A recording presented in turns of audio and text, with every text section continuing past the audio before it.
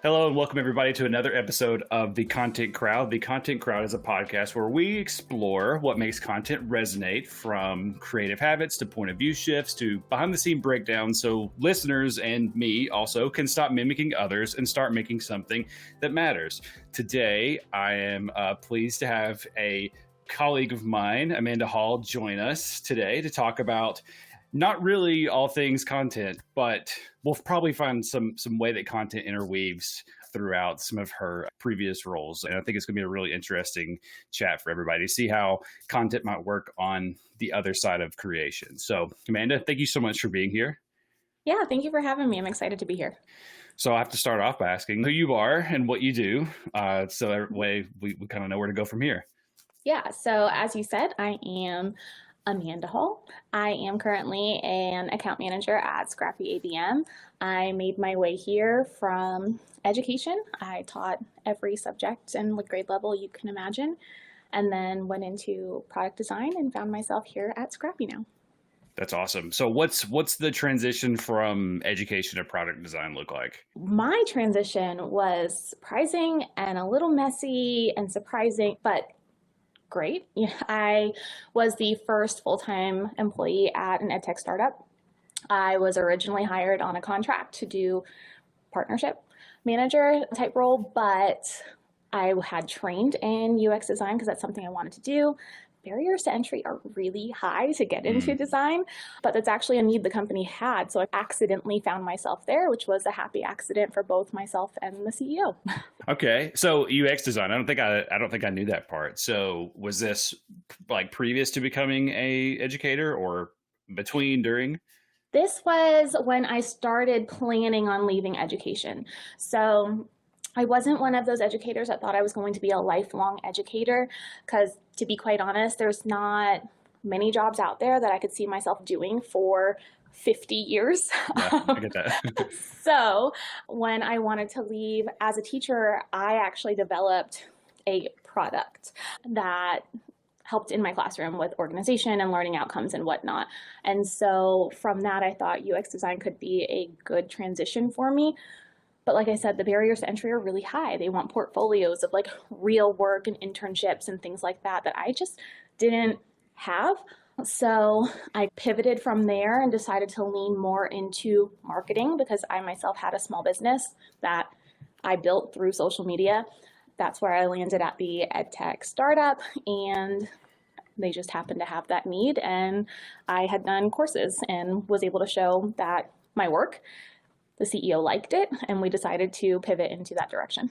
I feel like the people I talk to a lot of times, and like me too, like that's how we made our transition into maybe not marketing, so to speak, but just like a different role in the space, was just like creating something from yourself or doing something by yourself and then using that as like proof. And I think that's how I've got, honestly, most of my experience has been from like freelance stuff on the side. Like you can only do so much at work, but if you can show like different avenues or different industries that you've worked with or done different things, that seems to be a career like amplifier if you have some of that.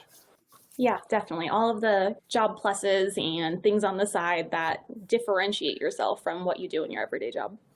So you mentioned that like it was a startup, so it was a small team, I'm assuming. Mm-hmm. So can you explain sort of like what you were doing and how that relates to messaging and content? Like I'm assuming that like with a small team, there's probably multiple people who are sharing the writing or the messaging or the themes or whatever involved with that. So can you explain what that looks like and how you were responsible for some of that?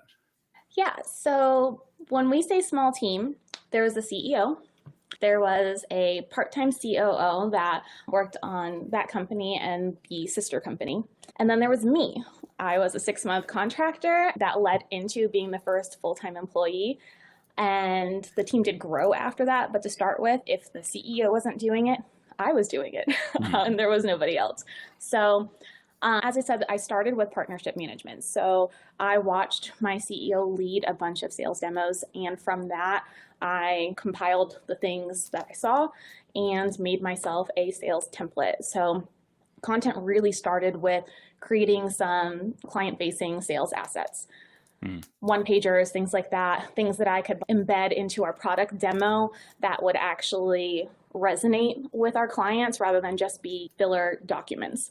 And so that's really where I started in figuring out like what messaging and positioning was working well in the sales demos. Because the company was so small, it was really CEO led. He had previously done work in Teach for America and consulting and whatnot. And we had some very large contracts, which was abnormal for a company so small and so early.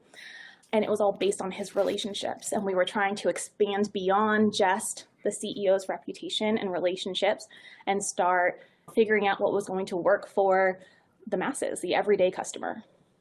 This is so interesting, especially because when I was talking to you about being on this episode, you're like, oh, I don't really create content. And you just laid out like what an entire, like, like basically what a copywriter's job is within some place. So you've created content. Like you're totally like in the right space to talk about those things.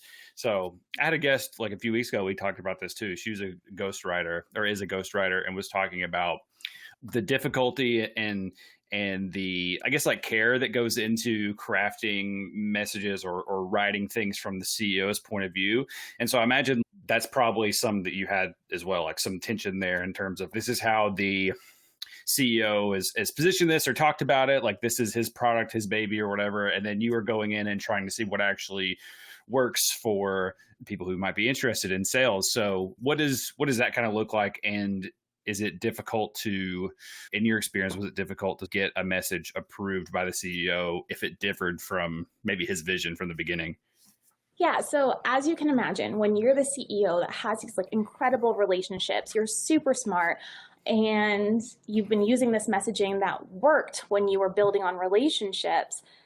Yet now we're in this pivot of how do I get strangers to go to our website and buy this? The messaging is going to be different. So the first battle was that shift of realizing like what you've been doing worked and it was great. And I'm not saying that it didn't work. I'm saying we're in a new phase now where we need to update messaging. And so that was the first hurdle of realizing that his very academic, educator, consultant way of speaking wasn't necessarily going to work well when we're talking to people who had no idea who he was. So to combat that, I would write a bunch of headlines, a bunch of taglines, and start there with like our positioning statement, and then pitch them all equally. And then of course he always asked me, okay, well, which one do you like? I'd tell him it would be different from the one that he liked. So I would convince him to do an A/B test. So Gotcha. Ultimately, at the end of the day, it doesn't matter what I like. It doesn't matter what he likes. It matters what resonates with the customers. Yeah. And he was able to see that. Yes. That it was. Okay. That's always good. I don't think not every CEO or founder or like product creators like that, but I know that that's always been the hard thing. Like I've worked in a similar company before where the owner was pretty famous and it was very difficult to be like, how do we move on when he retires or when, people don't know who his name is? And ultimately, I don't know if it ever worked out because he just sold the company. I don't think it was ever like, I don't think it ever seemed to work out, but it was definitely something that I often struggled with. Like, how do we not talk about the owner and CEO all the time and bring other people into it? But you let it go on for too long, like you have to have a lot of people involved and be on top of trying to like craft that. It's not like it can't just fall on like the marketing team or one person. So it's good to hear that like from the beginning you had some of that like foresight or the CEO had some foresight as well to see we've got to be able to speak the customer's language, not ours. So yes. And I think it's also maybe a really good thing or a really bad thing. And of course, I would phrase it very differently, but I'm also not afraid to say, like, I hate that. Yeah. Well, hey, speaking of trying to maybe move past some of your previous bad messaging, this show is sponsored by Scrappy ABM. Scrappy ABM helps you build repeatable account-based plays and teaches you how to own them so that you can bring ABM in-house when you're ready.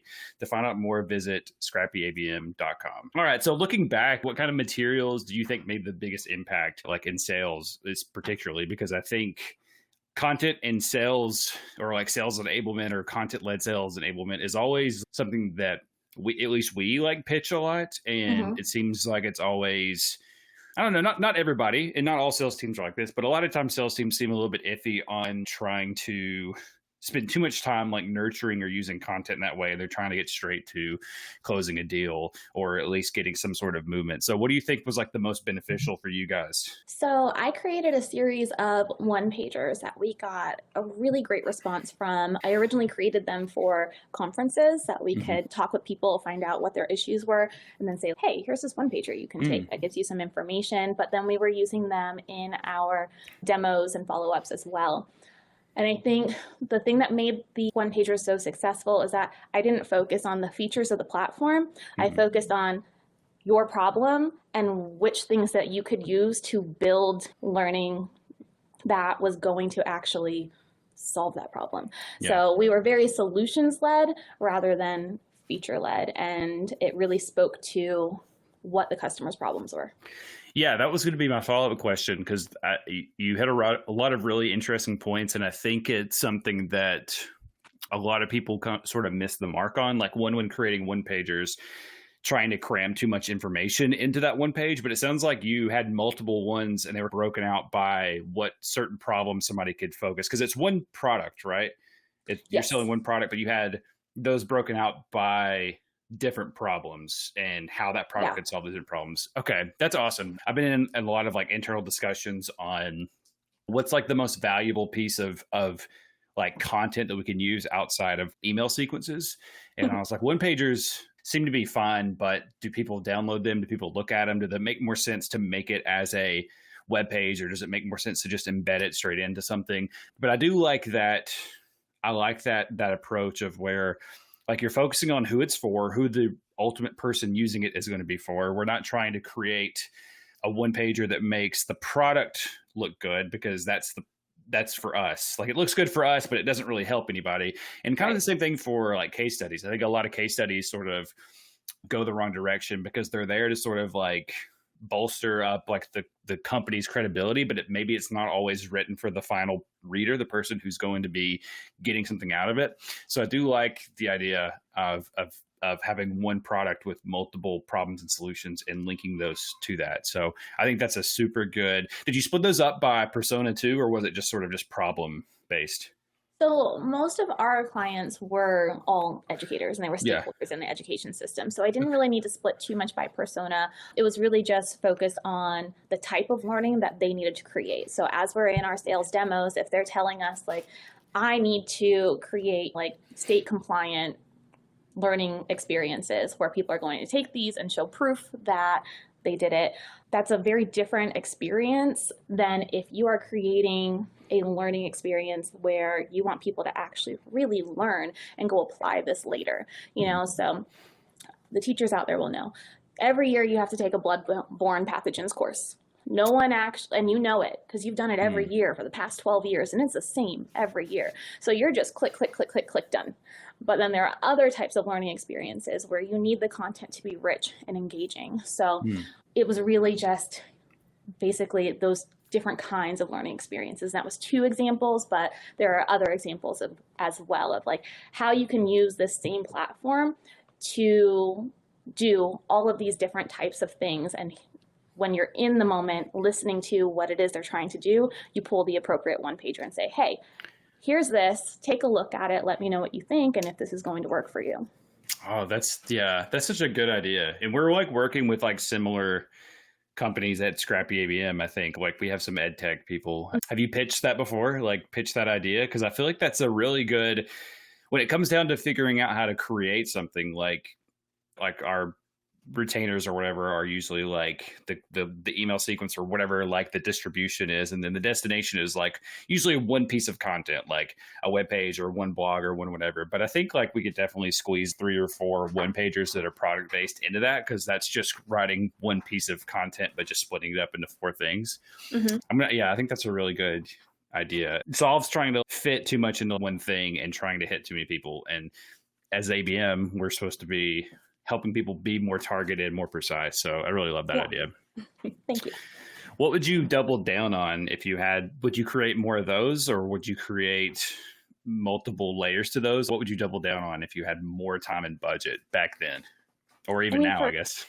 Yeah, I think for that specific company, I would have liked to take those and create some sort of digital version. And I know like blogs can be polarizing. Some people love them, some people hate them. Yeah. But for us, and I think our audience, we were a company, especially as we grew, everyone had education experience. So I think what set us apart is knowing the education world and knowing how to create really quality courses with our platform. So I would have loved to take some of those and have these one-pagers, but maybe build out a blog based on some of those things that could really position us as not just an edtech company that had a good product, but experts in the actual education space that can help you elevate what you're doing in less time. So the flip side of that is like, what would you deprioritize? Like in your experience, what has been the least impactful piece of content that people waste time on? For us, it was the Google search ads. Really? Yeah, maybe it was the season, but there are certain seasons where people in education are searching. And we just didn't have the budget we needed to come up against the big players in education who have been there for decades and had like massive budgets. So maybe I would have doubled down on that if we had the budget to really like surface in Google search ads. But for us, for being a small company that didn't have the budget to battle the big guys, it just wasn't working. Gotcha. Understood. Yeah, I'm kind of iffy on ads too. It really seems like if you're not like super like niche, I don't know, it seems like you have to have a lot of budget and probably a lot of placement too, I'm assuming. Like, yeah, it makes people make it, or not people, but like I feel like people who are selling media make it seem like it's a lot easier to just have one image and like run an ad, but really like I think the amount of placement is also super important. My follow-up question was going to be like, a piece of content that you've helped shape that you're proud of, but it seems like you helped shape a lot of stuff that was really beneficial and really helped the company a lot. Was there anything in particular that you like either just enjoyed working on the most or saw the best results or was the most proud of, if it was all those things, or did everything you create just kind of like blow up? Because it seems like you created a lot of really, really good stuff that helped the company a lot. Oh, thank you. I mean, of course, I wore a lot of hats there. So the things that I was creating, I was most proud of were products. I did create custom platforms for companies that were enterprise clients, and they did a lot of really great things. But in terms of the content that I created to support, we created a lot of those one-pagers and then implementation courses. So a lot of things that are going to help with the actual launch of the product and boost adoption. So I think that was also really important because it doesn't just stop with sales. Your stakeholders buy it, but then you have to get everyone else to buy in and actually use it in order to retain those customers. Yeah. So creating those materials, that was another way that we could use those one-pagers, because I think the one-pagers were really great because we could repurpose them in so many ways. We could use them in the sales process. We could use them on the website. We could use them in implementation and onboarding as well to really help people navigate what the platform did in a really simple way. And they could get started in just a few clicks, seeing exactly what they needed to do. And then from there, once they built those like foundational base skills and started to fall in love, then you could get more detailed and more complex, showing them the other ways that they could use it. Yeah, that's such a good point, just like the implementation part of it, because whether it's like a course, just like a digital course or something like you guys have created, or like an actual product, I feel like getting people to actually use it is like the hardest part. Like once you've sold it, if you want to expand, or if you want to have repeat customers, or if you want to get positive feedback, like you have to have somebody to actually use it. And I feel like that's, I don't know, should be like either included in the entire process or looked at it almost as important as just like closing the sale in the first place. What did you like? Was there anything in particular that you found worked the best? Was it like just like a PDF or something like that to help people? Was it like demos or like videos or some sort of one-on-one led like implementation? What did you find worked the best?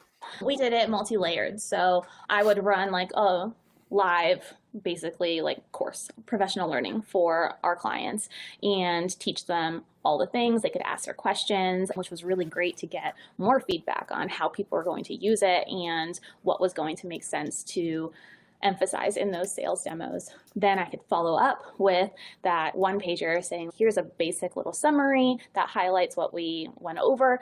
They could print that out and put it on their desk if they were going to be the person who's creating all these courses all the time. So it was just like a at a glance recap at that point. And then we also had QR codes that could link to the YouTube page to walk them through it live in a video and whatnot. And then another that links to a knowledge base that had a really robust like FAQ that we created for everyone if they had questions, needed support, and things like that. You really touched on everything. This is a very thorough, I don't know, like product suite. Like the knowledge base and the FAQ is like another thing that I also think is usually overlooked. And or if they do have a knowledge base or an FAQ, it's like buried deep in somewhere, or it's like I found some that where I had to like actually get a login and go to find like knowledge base and FAQ stuff. And I'm like, this kind of stuff could be on like the homepage, because these are like questions that people could be asking and could be like searching. Like there's a lot of reasons to have those things just like out there ready to go and not very deep. I think people think that like you're just trying to show off what you can do and explain it, and you forget that like, you know, just answering like a question so people don't like can self-qualify themselves is also extremely valuable even before a sales process even starts. Yeah, also every product is always going to have improvements that need to be made.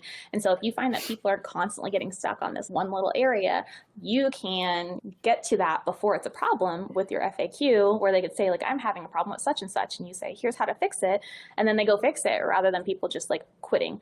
Obviously, you're going to have some people that quit to begin with and don't go to the FAQ process. But when people want to use your product, they will use it.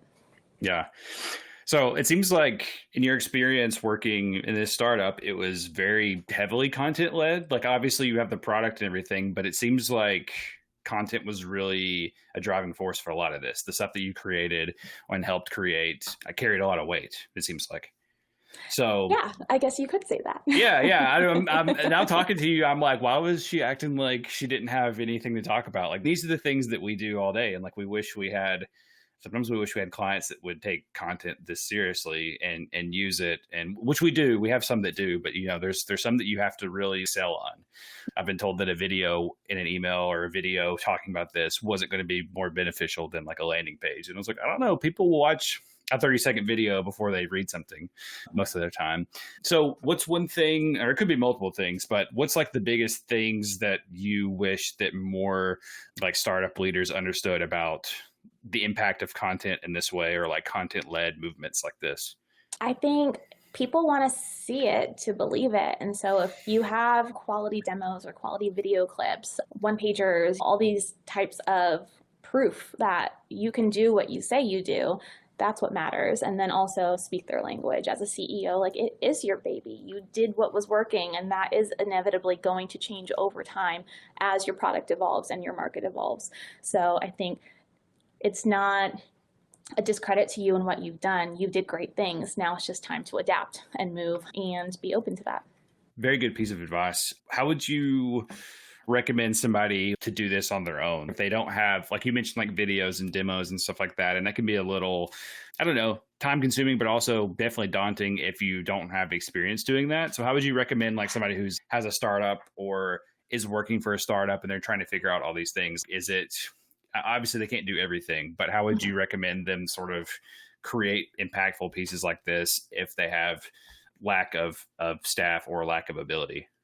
Yeah. So, I mean, when I'm talking about doing all these things, it didn't all happen overnight. I was at the company for 2 years and it happened over time. So I think you figure out like what's going to be most important first. Like obviously getting those sales is important. So we started with the one-pagers, getting conversations with people and having those one-pagers that we could use to have the sales enablement. So people were getting consistent experiences across salespeople. And then the salespeople also had content that they could rely on that they knew was going to resonate because we pulled that information from conversations with clients. Yeah. So I think figure out what's going to be the piece that's going to move the needle first and start there. And then the rest will follow as you continue having those conversations with clients.